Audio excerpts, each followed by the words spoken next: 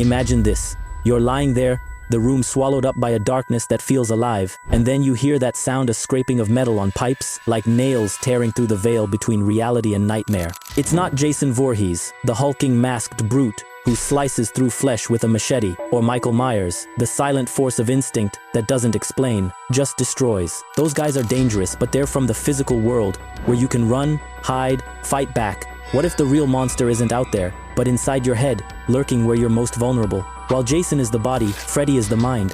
While Myers is instinct, Freddy is the nightmare made flesh. Honestly, I think that makes Freddy Krueger the king of horror. He doesn't need to reach you with a knife. He uses your own fears to destroy you, turning sleep that sanctuary where you let your guard down into a battlefield where reality melts like hot wax. No bullshit. That's creepy as fuck.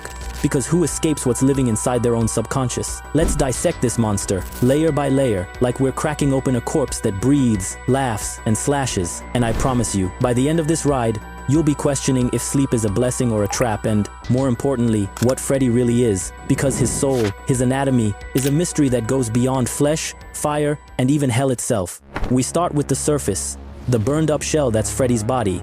Because even though he's more spirit than flesh, his physical form is a constant scream of punishment and rebirth. Frederick Charles Krueger was human, or something close to it. The bastard son of a nun raped by 100 lunatics in an asylum, raised by an abusive alcoholic he killed in his teens. Dude, that's already the blueprint for a monster, right? He tortured animals, cut himself, and became the Springwood slasher, murdering 20 kids with a bladed glove forged in an abandoned boiler room, until the parents of Springwood, pissed off by his acquittal on a legal technicality, burned him alive in that same spot. His skin is a map of scars, like rivers of hardened lava. The red and green sweater, according to Wes Craven, was chosen because those colors irritate the human eye, creating an instinctive unease. Biologically, it's insane. Third-degree burns over 100% of his body, expose nerves, pain that should kill him, but instead, it elevates him. I theorize that this is where the spiritual kicks in. The dream demons, ancient entities that chose him as their host, inject him with demonic essence, rewriting his DNA with psychic energy. His anatomy becomes a bridge between the real and the dream world, a body that doesn't follow the laws of biology. Symbolically, his scars are collective guilt, the fire of vengeance that, instead of purifying, creates eternal evil. Psychologically, Freddy is living trauma, the abuser who rises from the ashes, reflecting our fear of neglect and repressed violence. As a nerdy scientist, I'd say he's a neural virus. He infects the brain during REM sleep, manipulating synapses, dopamine, and cortisol to turn fear into a weapon. Studies on sleep paralysis show the brain can create hallucinations so real they kill, and Freddy is the master of that, hacking the mind like a sadistic coder. But the body is just the start. The real anatomy of Freddy is in the soul, or what's left of it, because that's where he stops being a killer and becomes something cosmic, a mystery that defies science, logic, and even hell. Let's go to the moment that defines him, his death. When the flames consume his flesh in the boiler room, his body turns to ash, but his soul, it doesn't go to heaven, to nothing, or to oblivion. It descends into what A Nightmare on Elm Street 6, Freddy's Dead calls hell, or maybe something worse, a dream plane where chaos rules. In that movie, we see the Pact. 3 dream demons, ethereal creatures like worms out of a Lovecraftian nightmare, appear as he burns. They offer immortality, absolute power over dreams, in exchange for souls. Freddy accepts, and his soul, already scarred by a life of violence, son of 100 maniacs, raised in hate, is fused with demonic essence, like malicious code injected into his spirit. Fact, every victim killed in a dream has their soul absorbed, like in Dream Warriors, where they scream trapped in his chest, boosting his power. That's creepy as fuck, because he's not just a killer, he's a collector, a soldier of hell harvesting psychic energy for the demons or maybe for himself. Wes Craven drew from real legends, like the sudden nocturnal death syndrome that killed Hmong refugees in the 80s, caused by nightmares so intense the heart stopped. Freddy is that sleep demon, striking in REM when the brain is defenseless. But is he just a pawn for those demons, a loyal servant, or did he hack the system and become something bigger? Here's a theory that gives me chills, and I'll tell it like we're in a dark basement, with the lights flickering and a rusty smell in the air. What if Freddy isn't just a soldier of hell, but an autonomous entity, fed by humanity's collective fear? In FreddyVs.com, Jason, he revives by manipulating the fear in Springwood, with no direct mention of the demons. Fans on Reddit and Quora suggest he transcended the Pact, becoming an archetype of evil, like Carl Jung would describe, a mimetic virus that replicates in the minds of those who fear him. The more they believe in Freddy, the stronger he gets, like a god sustained by faith and terror. In Wes Craven's New Nightmare, he's a primordial entity, an ancient demon that takes Freddy's form because stories, movies, urban legends shaped him that way. Craven said this reflects how evil evolves with culture. Freddy is the concept of fear, fueled by collective narratives. My hypothesis: his soul is a cosmic battery, charged by the demons but sustained by human fear. He's a parasite who used the pact as a springboard to go independent. Philosophically, that's disturbing. He's the monster we create by repressing guilt and traumas. Robert Englund, the Eternal Freddy, saw him as a modern boogeyman, a mirror of suburban guilt, of parents who fail to protect. Spiritually, his soul is a hybrid, part human, full of hate, part demonic, programmed to destroy. And what if his hell is a mental loop, a simulation where he's trapped in eternal revenge, but ends up loving the game? Now, let's get to the heart of his powers, because in the dream world, Freddy is a sadistic god, and every ability is a knife stabbed into human logic. He's omnipotent in the dream plane. He can transform into anything: a giant snake in Dream Master, a video game sprite in Freddy's Dead, even an inverted superhero. He warps time and space, recreates environments based on victims' memories, like Nancy's house or the childhood rooms of his prey. He teleports, appearing and vanishing in an instant, like when he pops up behind someone in a dark alley, blades gleaming under light that doesn't exist. He controls objects and elements. In Nightmare 4, he turns a waterbed into a liquid nightmare, drowning Joey with invisible hands. Scientifically, that's nuts.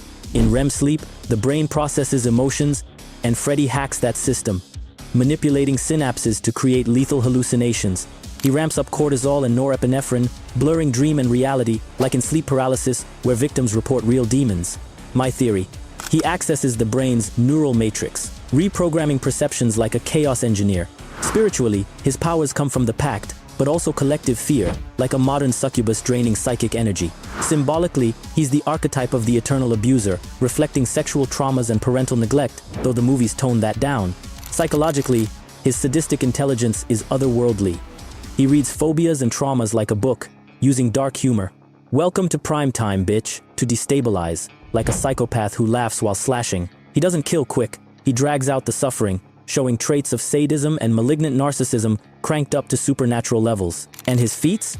Dude, they're horror legends. And if in the movies he's already insane, in the comics like the Marvel series, Innovation Publishing, Avatar Press, Wildstorm, and epic crossovers like Freddy vs. Life, Jason vs. Ash, he cranks it up to cosmic levels, blending his lore with Evil Dead's Necronomicon, becoming a demon who warps reality in the real world too. In the first Nightmare, he kills Tina, spinning her on the ceiling like a broken doll, blood splattering in the reel. In Dream Warriors, he manipulates collective dreams, attacking multiple victims at once, turning one into a puppet with veins as strings. In Freddy vs.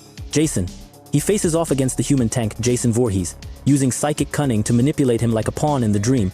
He regenerates severed limbs, creates boiler room mazes, even enters Jason's hell, suggesting he can access other supernatural planes.